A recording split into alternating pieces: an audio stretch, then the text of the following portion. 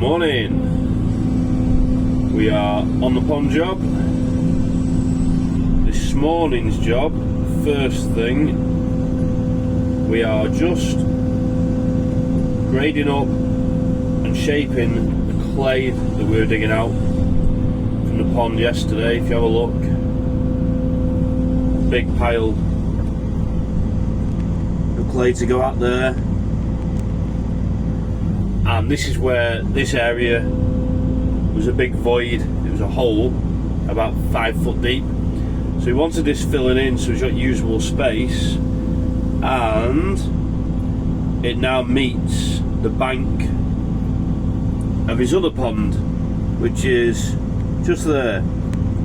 So now he can drive through with his tractor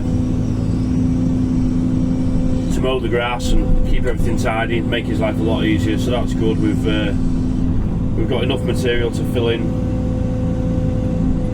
how he wants it, so we're just doing the best we can. This stuff is obviously very lumpy, so it just needs the back of the bucket, squeeze it in, and as you can see there, as I'm trimming it, I'm getting thin slivers which you can then drop into the bigger holes and push in to smooth those out. So if you just take your time and be a bit fussy,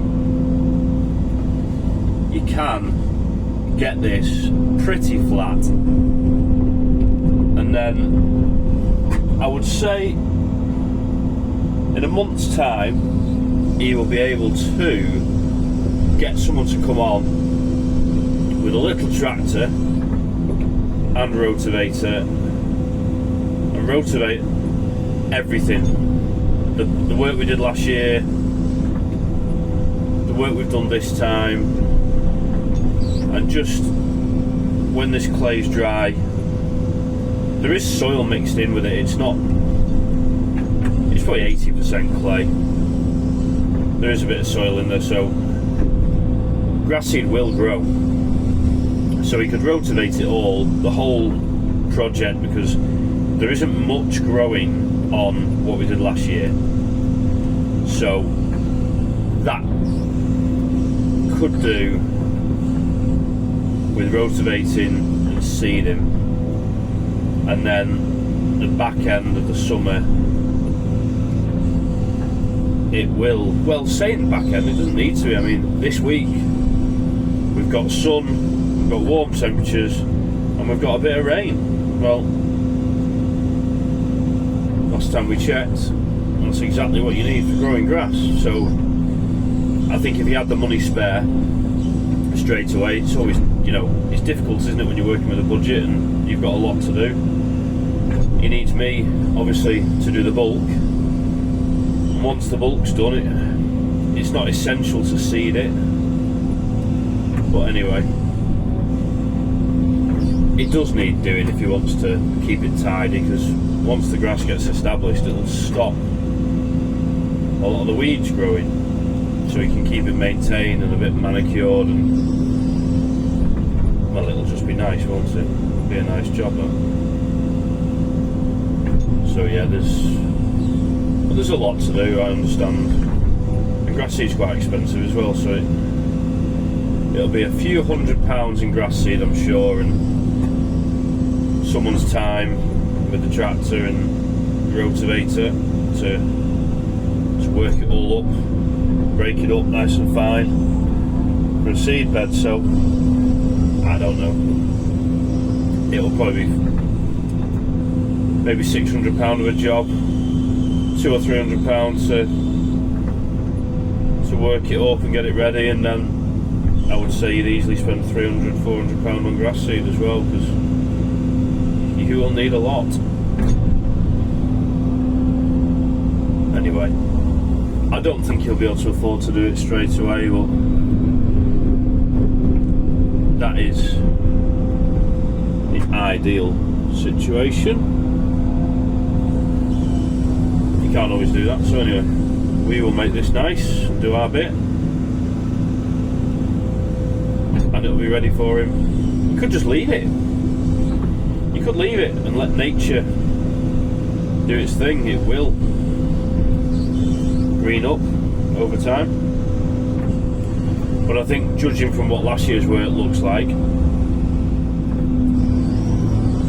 it would probably take 3 or 4 years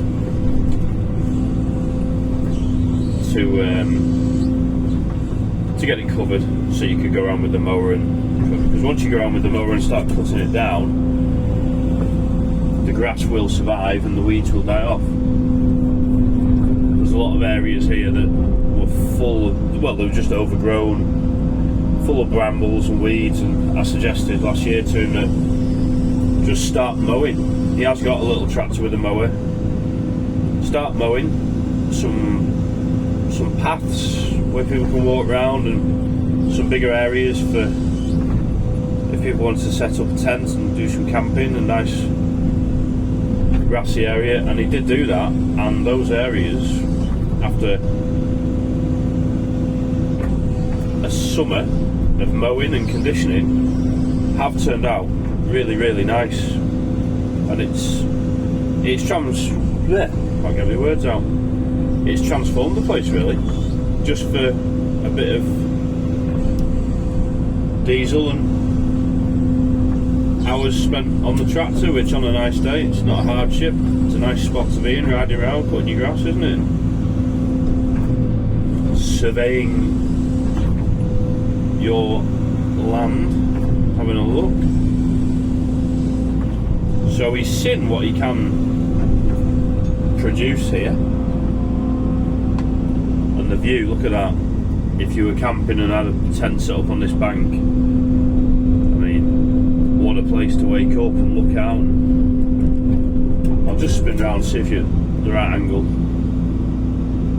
Yeah, there you go, dumper and car on the bank there, and then you can see those nice grass areas that he's mowed.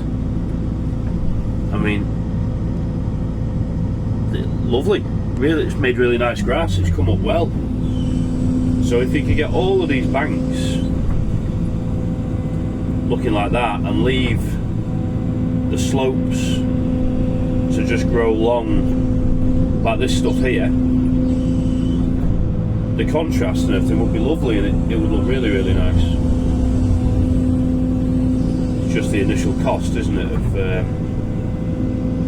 getting it ready and buying the seed and sowing it and then being patient. But as I say, the weather we're having just at present would give it a great start. And I think you'd probably only have to wait a couple of weeks and you would see some grass start to spring up. Because as well, it is dry at the moment, but this material, being so clay based, holds moisture very well. So even if you only got a little bit of rain, it's not soaking down and going away. It'll stay up on the top where you want it for the seed. So if it was a golf course, it would be what's known as a grass factory, because it doesn't drain away and the grass does grow like mad on clay based ground in the summer when you get a bit of rain along the way as well. So let's see what happens. I'd love to come back and have a look next year and it all be green and nicely manicured and mowed out. I hope it goes well for him and he gets a couple of people going camping and all that kind of good stuff. I think the long-term plan is, if he can get the funds together, he's after some glamping pods. And as I say, there is some great spots out on this lake to set some up, and it would be a fantastic spot to come and get up in the morning and go and have a swim, bit of a barbecue at night, etc, etc. It'd be fantastic. Anyway, he will get there, I'm sure. He's a determined kind of person. He's got a good family around him. He has he's had a tough time. He's got a few difficulties and had a difficult few years, so can't dedicate as much of his time to this place as I think he would like to, but for the time he can and for his ability, he's doing a good job. Good on him. The second lake that you saw earlier through the gap there where I've joined up, that is a fishing lake that's got a lot of carp in it, but I think he's got rid of the fishing syndicate on there because they were difficult and giving him a hard time, and he was forever bombarded with 10 people's opinion on what you should be doing and this and that, and that's difficult if you're a nice person, which he is, and he's trying to please everyone, and unfortunately in that situation it's an impossible task, and I don't think it was doing him any good mentally, that anxious feeling all the time and worrying about what this person thinks and what that person thinks. Anyway, so I think he's got rid of the fishing, using the place for himself and concentrating on getting some camping going, or something else, another stream of revenue, maybe, little one that just is a bit easier to manage and a bit more laid back, I suppose. Anyway, we'll see how he gets on. I'll keep levelling clay. Got a bit of rain today, which was forecast. I've actually got the forecast right.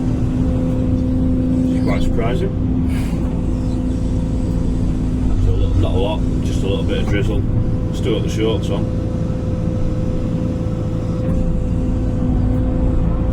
So tomorrow, I'm not here tomorrow, I'm away for the day. I've got a job to go and look at in the morning at a golf course in Lytham, which is about an hour's drive from my house. That's a new course, come from a recommendation from another head greenkeeper. I think the courses are only a mile apart, so they obviously know each other well, so that's good.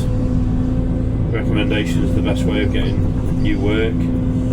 People already know what you're about, and if someone's recommended you that they know and trust, that is half the battle. I find that they already know what you do and they've seen your work, and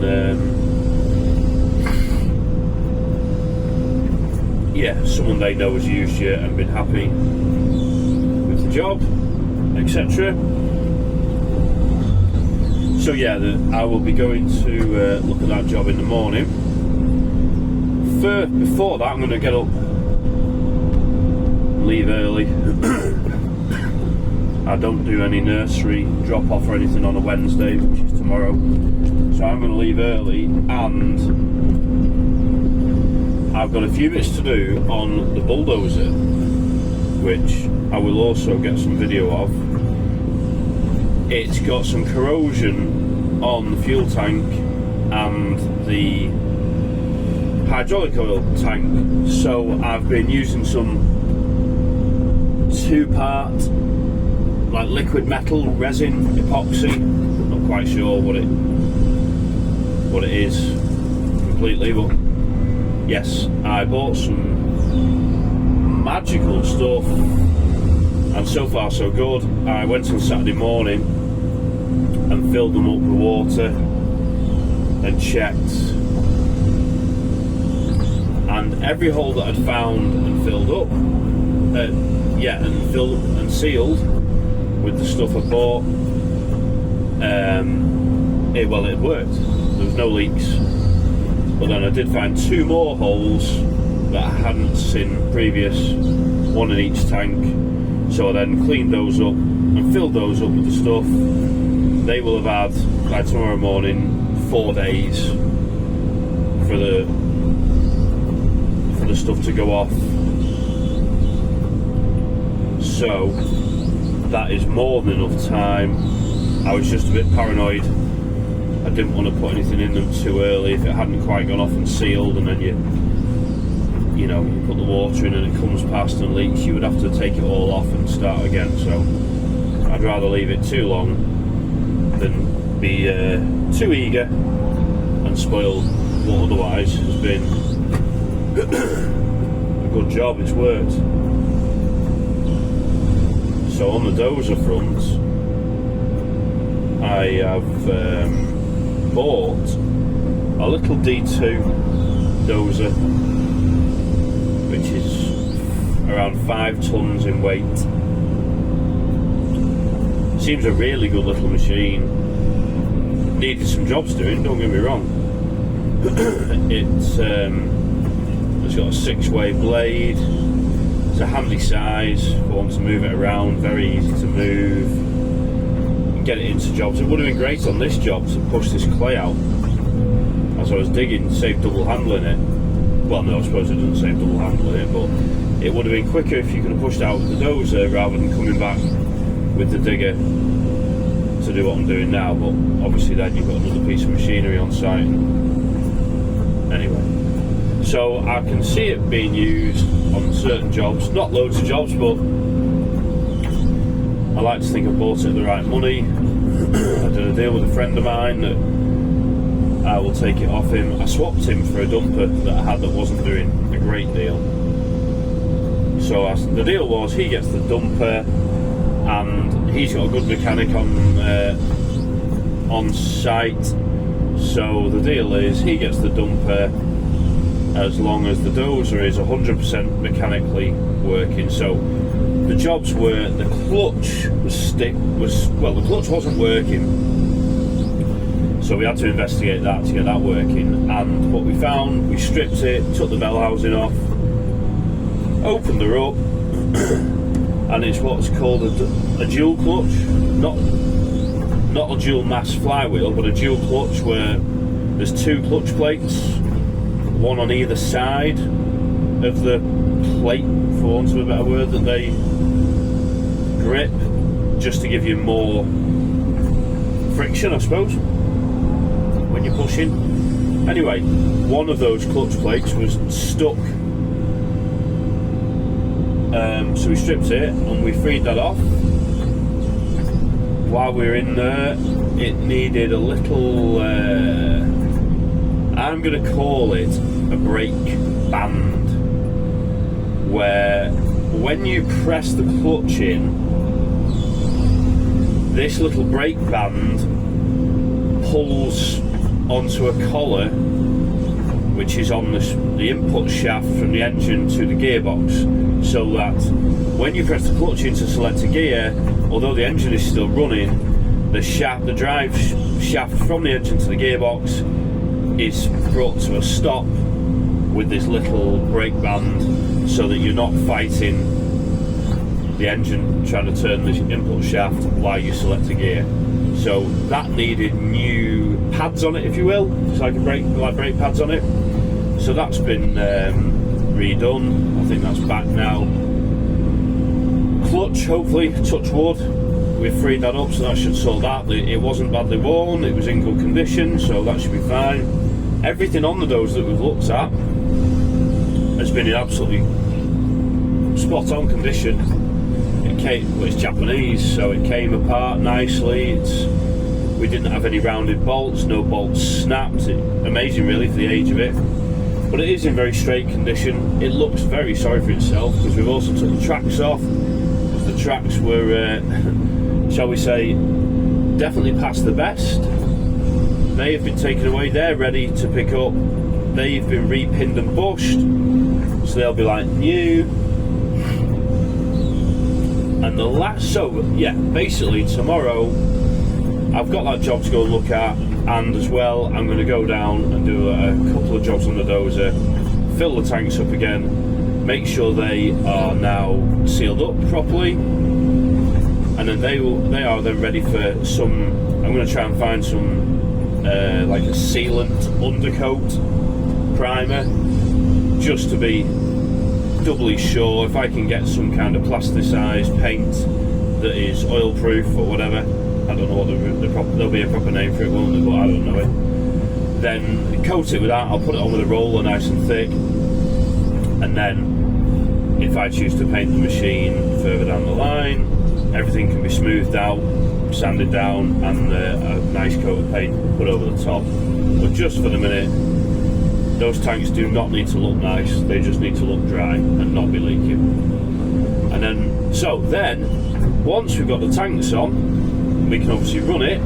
Once we get the tracks on, we can drive it, and the last job then will be to investigate the left-hand steering clutch, which clutch stroke brake, where the levers that you pull operate. Let me think. So I think there's clutch is first. Yes, clutch is first, which disengages the drive on whichever side you want to turn to, and then when you pull the lever a bit further, it then engages the brake on that side, so that you can actually spin around almost on the spot. Anyway, the clutch may well be working, but the brake certainly isn't, because when you pull the left hand lever to turn the machine, it's not working very well. So something in there needs investigating and fixing. Now, they're very simple machines, you know, it will be, there's maybe a little bit of oil in there stopping them from gripping tight and they're slipping, or they might want new pads on them, or, you know, there's not that many options, and they're not complicated. It's an old machine, but as I said, it's got a 6-way blade and everything, so it will do the job that I want it to do. It's no, the blade articulation and angling and everything is no different to a brand new dozer, really, which would be considerable amounts of money compared to what I've given for this. So I don't mind at all going through, especially when, if we can't get it 100% right, then I am not committed to buying it or doing the deal. He can keep the dumper and just pay me for the dumper, and the dozer he can stick in an auction or whatever, sell on. It's only coming to me if we can get it 100% right. I don't mind helping, because to be truthful, when we stripped the bell housing off to get at the clutch and free that up, I did help the mechanic do that, and I learnt a lot along the way. It was actually really good to do, because I know now, I didn't know anything about these little dozers before, and I now know how it works, what does what, and if I have any little problems down the line, I'll know where to look. So that was a good exercise, and I had a free day, so it was time well spent as far as I'm concerned, and I know a bit more about the machine than I did before, so that's always good when you work on your own. There's only me and Digger the dog, so if I can have a good mechanical understanding of all the machines that I run for my work, and can get round the little problems that may occur without too much, let's see if we can get this stump out, without too much trouble, that obviously means that I can be a lot more productive, and a lot of the time sort the problems myself and be back to work. I do have good mechanics who I can call if I have a problem that I can't solve myself, obviously, but that needs to be really a last resort for me, because it's bad enough being sat with a bit of a breakdown and not earning, but when you also then get in a situation where you're paying a mechanic £50 an hour to help you get up and running again, and an hour does not go far. You know, you can spend an hour just investigating and not actually do anything, and that's nobody's fault, that's just the way it is. You can't always just diagnose things straight away. So that's why I do think it's important, if you're going to run your own machines, basic understanding, I'm not saying you need to be able to rebuild an engine, but for example, if you can get round and you know how to change your filters, swap hydraulic pipes, or even just diagnosing problems, so that when your mechanic comes, you can say, yeah, I know what's wrong with it. It's this valve, or it's this pipe, or this is leaking. At least you're saving a bit of money. You've done the investigation side of things yourself, and you know, if you save 2 hours, that's £100, and it does all add up. And if you're useful on the spanners, and you can help the mechanic while he's there, and not hinder him, because there's only you ask any mechanic, it's a very, very fine line between help and hindrance when people are buzzing around a mechanic who's trying to work. So you've just got to be a little bit self-aware that if you aren't doing much to help, what I find is I just say to mechanics, if I can do anything, please just ask. And other than that, let them get on with it. Because I know a pet hate with mechanics is people who think they know better, and you will probably find that mechanics get quite fed up quite quickly of people telling them how to do the job. Anyway, that's another story. But yeah, so hopefully this month, well, not this calendar month, but in the next 3 or 4 weeks, that dozer is going to be back up on its feet, new tracks on, up and running and ready to go. And I have got a little job actually at the property where I keep my machinery. I use a yard 5 minutes from home. A guy called Dave, who I've known for 20 years. So when I was 16 or 17, I don't know how old I was, but I was young, I went to see him about a job. He was a landscaper, and I went to see him about a job, got the job, and then the weekend before I was meant to start, I got mumps and was actually very, very ill for a good week or so.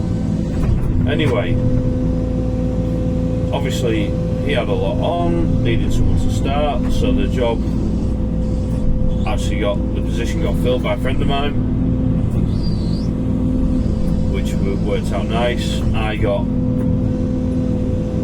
a different job, which everything happens for a reason. The job I got is where I learned to drive a digger and started working on the golf courses for them, you know, so things are meant to be, aren't they, sometimes? Anyway, I stayed in touch with Dave later in life, did a couple of little jobs for him, and etc, etc, and then I kind of outgrew where I was based and didn't want to overstep the line, needed a bit more space, didn't want to upset anyone where I was by, you know, I was going a bit bigger, and the guy had a tarmac driveway and a nice concrete yard, and by this stage I was running big machines, metal tracks, and I didn't want to be that person who sort of, you know, bringing machines into the yard and spoiling the tarmac and spoiling the concrete, because the guy whose yard I was in was really good, still good friends with him, and he's a nice guy. He wouldn't have said anything to me, but I was aware that I had just outgrown it. So I went and saw Dave. He was no longer landscaping, and the yard at the back of the house was vacant and overgrown, full of brambles and a mess. So I approached him to see if he would rent me some space, or it would have been nice to buy it, but he didn't need the money, so nobody sells things if they don't need the money. Anyway, what worked out really nicely is he was more than happy for me to start using the yard if I tidied it up and kept it nice and clean. And so I asked him, you know, what are we talking, a month, and long story short, he didn't want anything off me, money-wise. He just said, I'll be really pleased to see it getting used, and it'd be nice to see you have the use of it and help you get on. He was going to be better off, the yard was going to be tidy and usable, and if he needed to do something up there, he could go and do it. Also, I did a few little jobs for him, dug footings for his extension, knocked an existing extension down to clear for his new one, and I dug him a nice big ornamental pond, which I'll get a video of one day, and, you know, so it works well for us both, and so that's where I'm at. I don't have my own yard. I always used to want that, but I think now the novelty has maybe worn off, if that's the right phrase. I've got 2 young kids. It's nice to keep work and home life separate to a certain degree. I do love my job. It'd be nice if one of the girls was keen to jump on with me, but it certainly won't be forced. So anyway, I actually don't want to look out my kitchen window and look at diggers and dumpers and dozers, which I always thought would have been great, but you get a bit older, don't you? Your opinions change. Anyway, so that work, that's where I'm at. A bit of a life story there. We're getting there with this stuff. It's actually smoothing up quite nicely. It's dried out just enough overnight where I can track on it and make some sense of it. I'm still making quite deep ruts, but we'll fill them up like we are doing now on the way out, make it nice, and then he can use this. And I've tried to slope it down so that the water will run off it and keep it dry for him to keep tidy. And I do think this will be a spot where people will come and set tents up, or maybe it'll be a good spot for his glamping pods in the future. So he goes. Alright, well, I've got plenty of clay to move and throw around, so I think what I'll do is I'll crack on and I'll set the camera up on the tripod later when I'm nearly done, and you can see what we end up with down this side of the pond. I think it's going to look good, nice and flat. Well, yeah, not level but flat, usable. It still wants to look natural. It wouldn't suit the place to have a big flat, perfectly level billiard table section, because it would look a bit odd. The idea is that you come here and it is natural and you're camping around nature. So yeah, what a view. See, this is what I've got left to do. There's a good dollar, there's probably 100 tons of clay still there, but if I can get it all looking like this and slicked up and sealed up, I'll be happy. Alright, we'll get the tripod out later and have a look.